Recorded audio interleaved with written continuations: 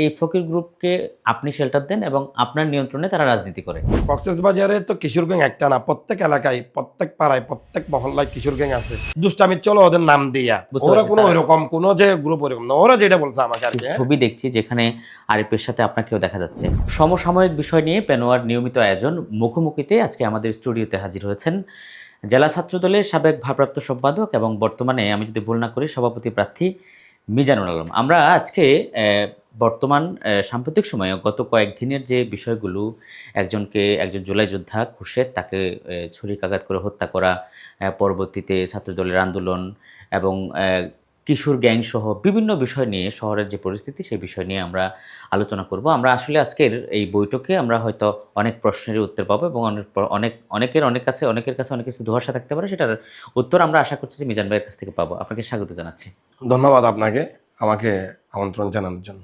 যে বিষয়টি আমরা সেখানে প্রথম দিন তারিন যেটা মুঠোফোনে যেটা জানিয়েছিল পেনোয়াকে, তিনি সেখানে বলছিলেন যে তাকে ছুরিকাঘাত করার সময় আরিফকে কেন মেরেছিস বলে ২ বার উচ্চারণ করা হয়েছে, এরপরে তাকে ছুরিকাঘাত করা হয়েছে এবং পরবর্তীতে হসপিটালে নিয়ে যাওয়ার পরে তাকে কর্তব্যরত চিকিৎসক মৃত ঘোষণা করেন। আমার প্রশ্নটি হচ্ছে যে আরিফের সাথে আমরা যেটা জানি যে গত ৫ই মার্চ কলাতলির মোড়ে একটি ঘটনা ঘটছিল এবং সেই ঘটনায় আপনারাও গিয়েছিলেন, যে হসপিটালে আপনাদেরকেও বক্তব্য দিতে আমরা দেখেছি।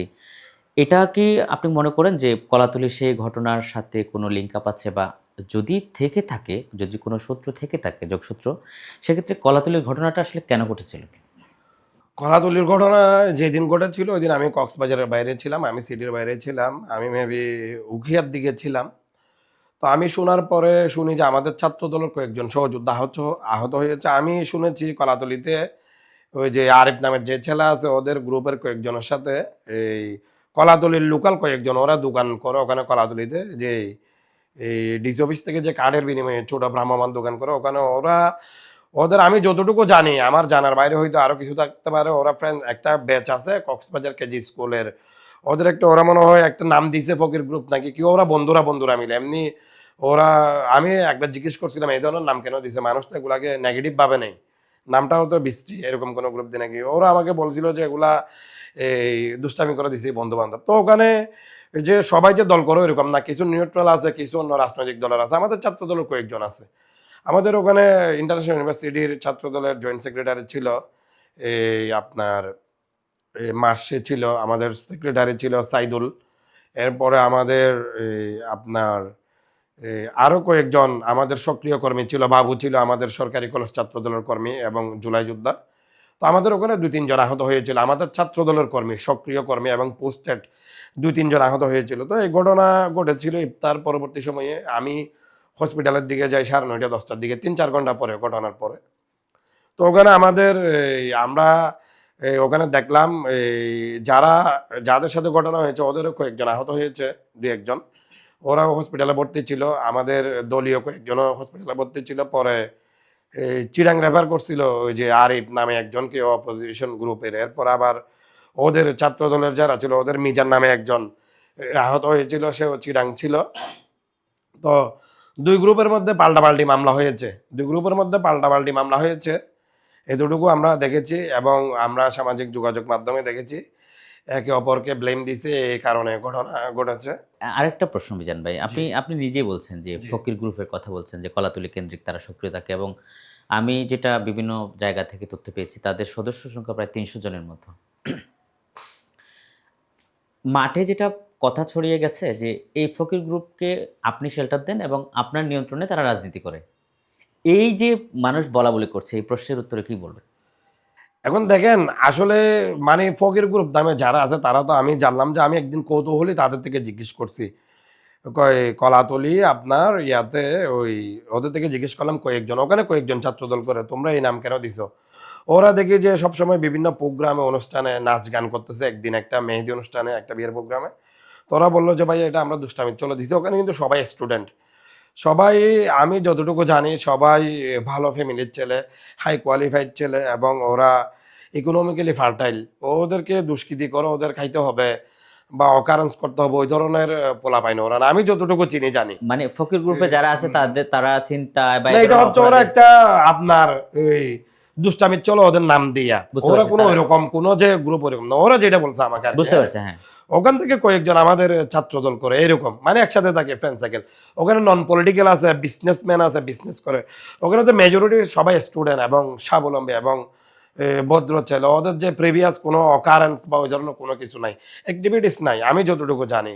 আর ওখানে মেজরিটি, আমি সংখ্যায় কত বলবো না, ওখানে হচ্ছে আপনার ওদের 90-95% ওরা জুলাই যোদ্ধা ছিল, সক্রিয় ছিল।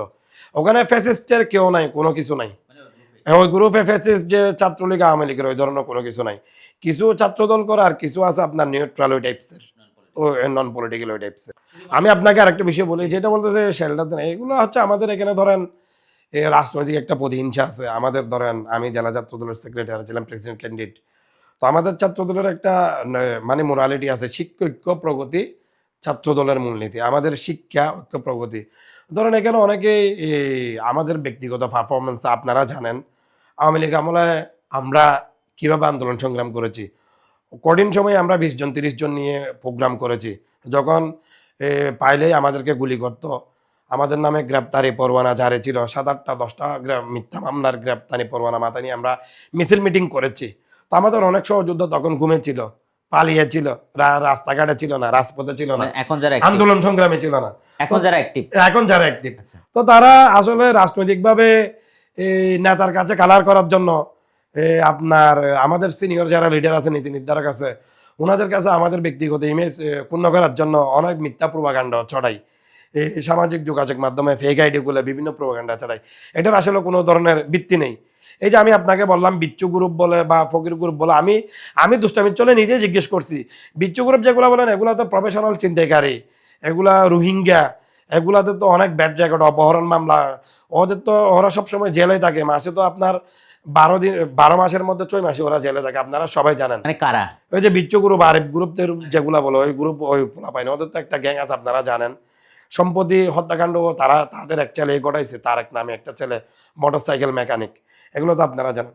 আর বাকি যে আপনি গ্রুপ বলতেছেন এগুলো হচ্ছে দুষ্টামির নামে দিয়ে ওরা বলছে, এটা আমি একজনের মুখে বলা।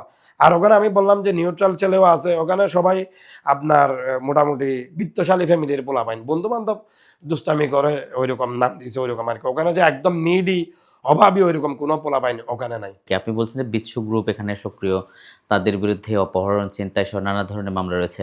আমরা বেশ কিছু জায়গায়, যেমন আপনি ফেকারের কথা যদি বলেন, যে আমরা বেশ কিছু ছবি দেখছি যেখানে আরিফের সাথে আপনাকেও দেখা যাচ্ছে, বিভিন্ন প্রোগ্রামে দেখা যাচ্ছে, বিভিন্ন জায়গায় দেখা যাচ্ছে।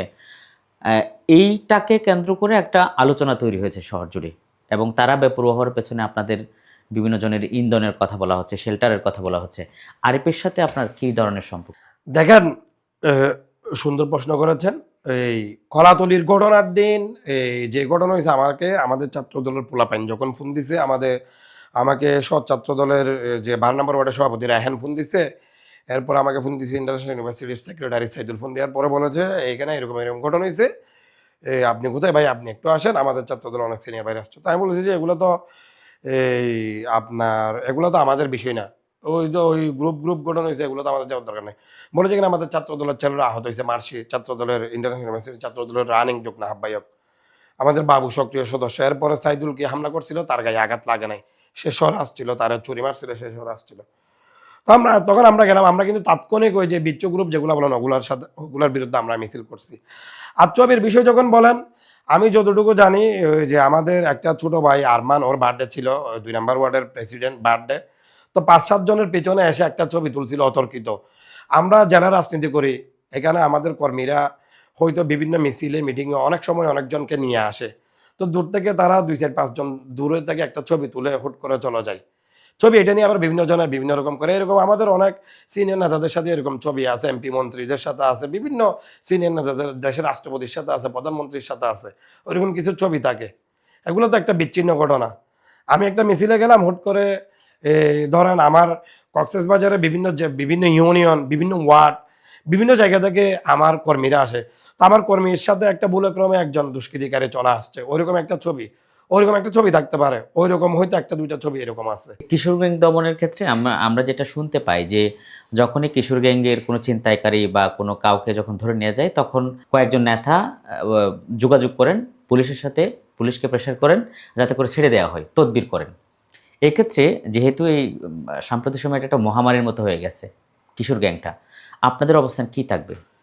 আমি ব্যক্তিগতভাবে আমি এবং আমার গ্রুপের পোলাপাইন আমি জানা আমি সবসময় চাইছি আমি ছাত্রদলের সেক্রেটারি ছিলাম আমি এখন সভাপতি যে আমাকে একটা পদ দেন আমি দলটাকে সুন্দরভাবে সাজাতে চাই কক্সবাজারের ছাত্র সমাজকে সুন্দরভাবে সাজাই আমি কোথাও কোনো অনৈতিক সুবিধার জন্য যাই নাই কক্সবাজারে তো কিশোর গ্যাং একটা না প্রত্যেক এলাকায় প্রত্যেক পাড়ায় প্রত্যেক মহল্লায় কিশোর গ্যাং আছে আপনার সম্প্রতি হত্যাকাণ্ডের সাথে যে কিশোর গ্যাং জড়িত এর চেয়ে অনেক বড় বড় কিশোর গ্যাং আছে অনেক বড় বড় রাজনৈতিক লিডারদের সাথে আছে পাবলিক হচ্ছে না পাবলিশ হচ্ছে না আপনি আমাকে একটা উদাহরণ দিয়েছেন গতকালকে ওই যে সমন্বয়ক সাহেব ছোট ভাই তারা বলছে ওই মিছিলেও অনেক কিশোর গ্যাং লিডারদের আশ্রয় প্রশ্রয়িত ওই মিছিলেও আছে যারা ওখানে জোরে জোরে বক্তব্য দিচ্ছে ওরাও অনেক ওখানেও অনেকেই কিশোর গ্যাং লালন করে পালন করে ওখানেও আছে আমি বুঝতে পারছি ওখানে মেজরিটি পার্সেন্ট আমার ইয়াঙ্গার ওখানে অনেকেই কিশোর গ্যাং লালন করে পালন করে আর সমন্বয়কদের কথা আমি বলবো ওখানে আন্ডার মেট্রিক ক্লাস 5 পেলে অনেক সমন্বয়ক আছে যারা ডিসি অফিসে একসময়